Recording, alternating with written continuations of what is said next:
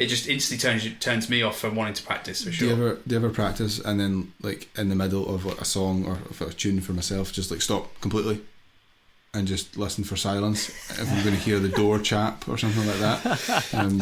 I've done that a few times. I bet. Oh, okay. So no, basically what happened with me, this is a little story time with Greg, is I had an acoustic kit for the first sort of 5-6 years of my drumming life, and basically one of our neighbours, because we would have band practices a lot at my house, and they complained effectively because we were too loud, and it really like sunk into my head like somehow. I made it way bigger than it should have, so then I got an electric kit.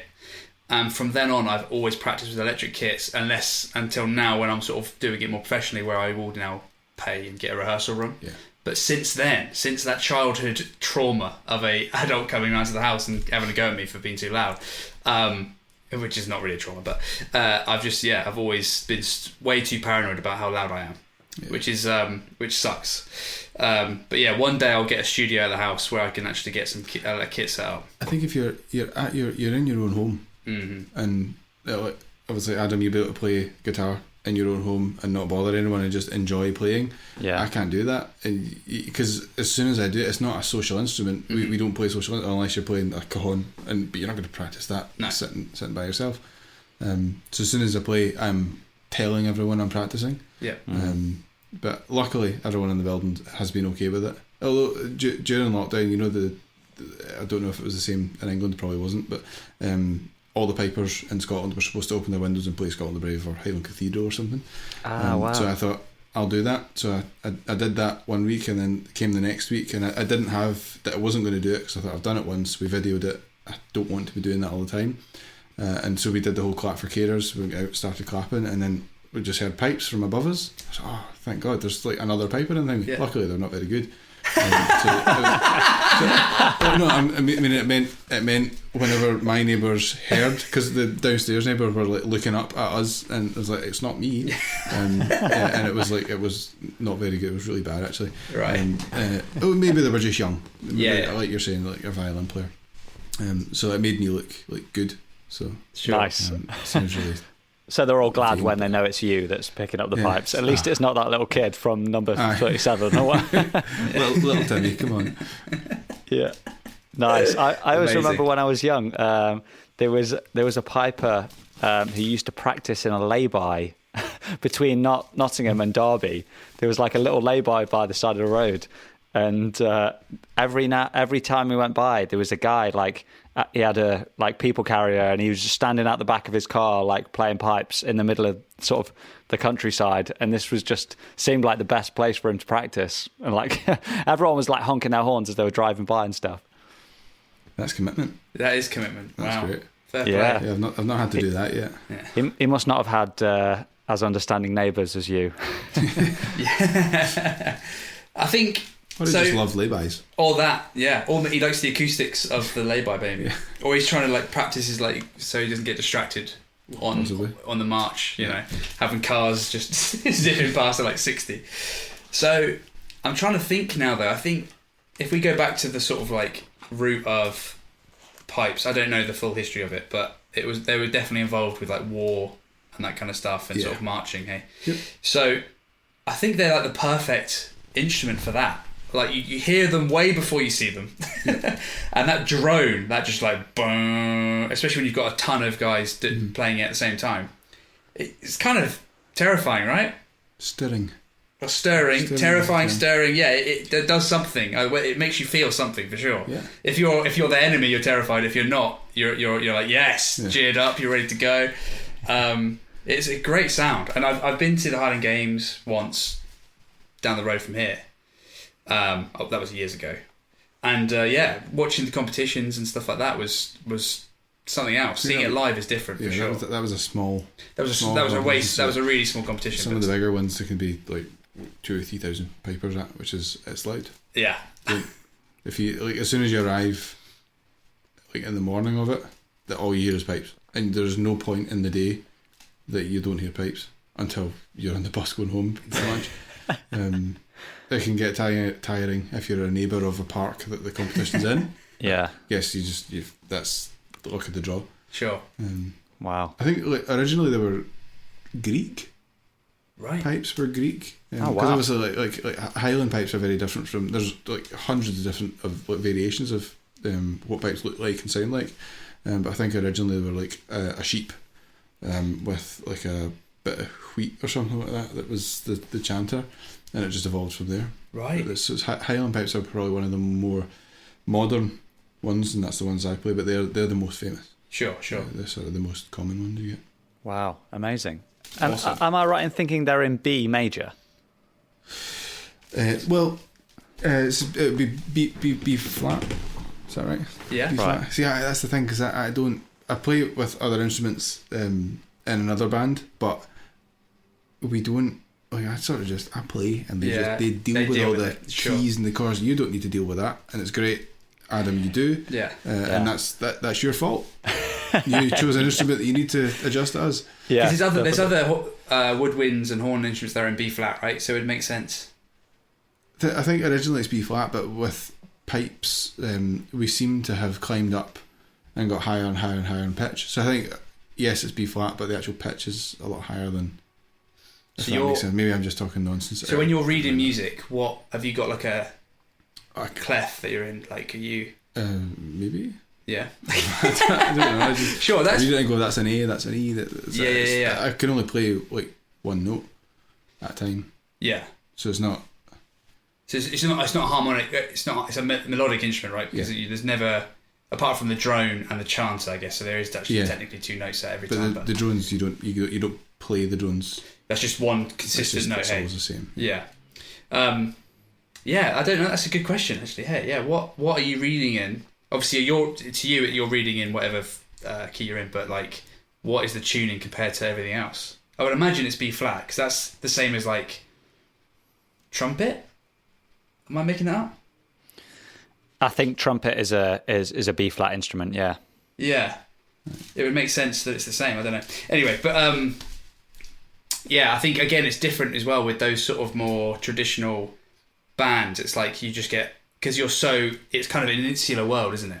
Well, in a pipe band, there's no other instruments other than drums, and they don't need to tune to us. Exactly. Yeah. So with everything, there's only 9 notes. So we play what's written, and there's harmonies and things like that, but you don't need to worry about playing with a horn or a sax or whatever, because they're tuned differently, so you have to know what they're reading is actually not what you're reading, if that makes sense. Yeah, perfect. Yeah, of course, that makes total sense. So, but it's good that you've managed, because obviously you play in a party band that's got guitar, it's got bass, it's got keys and stuff, and they've got to work around you, kind of, really. So I've got different pipes. So those pipes are in B flat, so they're just constantly at the one pitch. Mm-hmm. But the band pipes, like the ones I would play outside, because it's heating up and cooling down, they're always going to change. So we tune to each other, but with the indoor band, we tune to like the keyboard.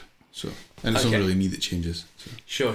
It's all quite boring. No, it's not at all. I love it. I absolutely love it. And your dad is a tuner for a different band. He tunes up. Band. Yeah, he tunes up the sort of old family band. Great. Which I used to play for. Yeah. So that's his job now. Tunes the drones. Amazing. Does a good job. Yeah. Well, I've heard people say that, because it's almost like an art. It's not necessarily, you're not going for this perfect pitch that everyone's going to be identical at. You're trying to get everyone into a nice sound. Yeah. And sometimes it might even be better that everyone's slightly phasing with each other. They're not that. You don't really want that exact pitch uniform. You want that slight phasing sound that sort of softens it and makes it a bit. Yeah, sure. It's an art, definitely. Yeah. It's such a different world to us. I love it. Always love talking about it. So it's cool. It's amazing. Yeah, it's a wonderful instrument, and like you say, Greg, it's so different to us, where we're just like. We try and be like as precise as possible, and it's like there's just standard tuning for the guitar, and we're always trying to get standard tuning. Do you know what I mean? Or we're always trying to sing and pitch. But I guess the closest kind of thing to what I'm used to is like singing harmonies, I guess. Mm-hmm. Sometimes if people are sounding almost too perfect, it doesn't sound nice together, right? So you've got to kind of Yeah, you've got to think about the whole sound as opposed to the individual instruments, I guess, which is totally can be quite cool. Well, that's a perfect example. Just to give listeners, especially guys that maybe aren't musicians, or whatever, an identity. So if you sing a song and you do like a harmony and you're doubling up every track, let's say, so that you've got root, third, fifth, whatever, singing together, and let's say you're singing every note and then you're also doubling up each note, it will sound really weird. It's like a robot because your voice is identical. You're singing the same note because you know how to sing that note like you sing it, but you get someone else to do the same thing and they're trying their hardest to sing the same as you, and it sounds amazing because you've got this slight different timbre voice. They're going to be slightly off your note, even if it's minuscule amount. It's just that slight. That's all you need, just to give a nice rich sound. But if it's always the same person singing, it can really it just sounds too robotic and dead. And it phases. It's too exact. That's why bands like the Eagles and the Beach Boys and the Beatles and all that sound so good, because they have similar voices but they're not the same. They're just like they sort of learn to sing well together. For sure. Yeah, it's what sells records, baby. Yeah, that's it. Or it did when we bought records. Okay, so Greg's plural. I've got a quick question. Go on then. Well, it's more of a topic. I wanted to talk about our favourite meals, right? Because I was listening to a podcast called Off Menu with James Acaster, the comedian, and there's another guy who I can't remember now.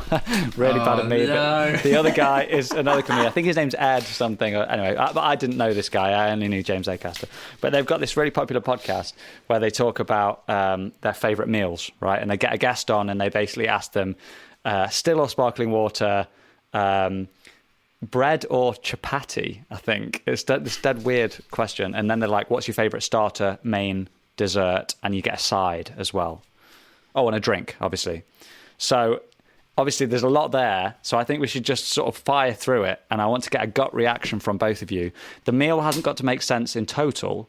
So you can have completely random things. Your starter's not got to match your main or your dessert or the side or anything like that. But if you're taking them out of context, what is your favourite starter, main, side, etc.?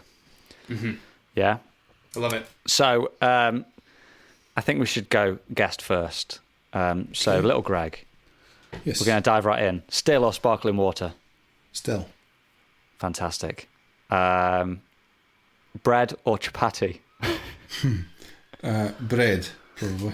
Nice. What type of bread? See, have you ever been to the Outback Steakhouse? See the stuff you get there? Don't know what it's called, but it's amazing. And they get it's like cinnamon butter or something. Sure. Oh, yeah, that's good. That's good. It's always warm. Nice. Sometimes the bread can actually be better than the meal, can't it? It's like, and you're filling up go on in. bread. Yeah, just go in, have a water, and leave. Yeah, That's it. specifically still water. That beats any chapati. Yeah, exactly. Okay, fantastic. Starter.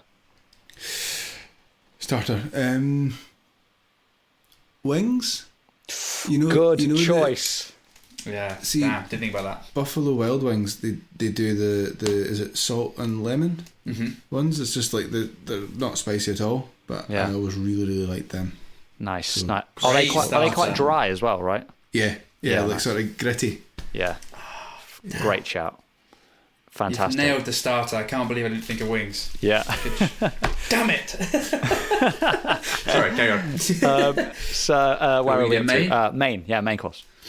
I'm gonna go with my girlfriend's nonna's lasagna. Wow. She's like old Italian lady. Lasagna is amazing. Okay. That's the best thing. I've Straight ever from the tasted. source as well. Italian nonnas, they make the best food in the world. Plus, he's getting brownie points with the family if they ever listen to this. So Exactly, it's like yeah. it's a win-win here. Good job. Well played, sir. Nice. How about side? Side. It has to be chips or fries. Fantastic. Yeah. Fries. Really? Fries As are opposed to probably fat chips?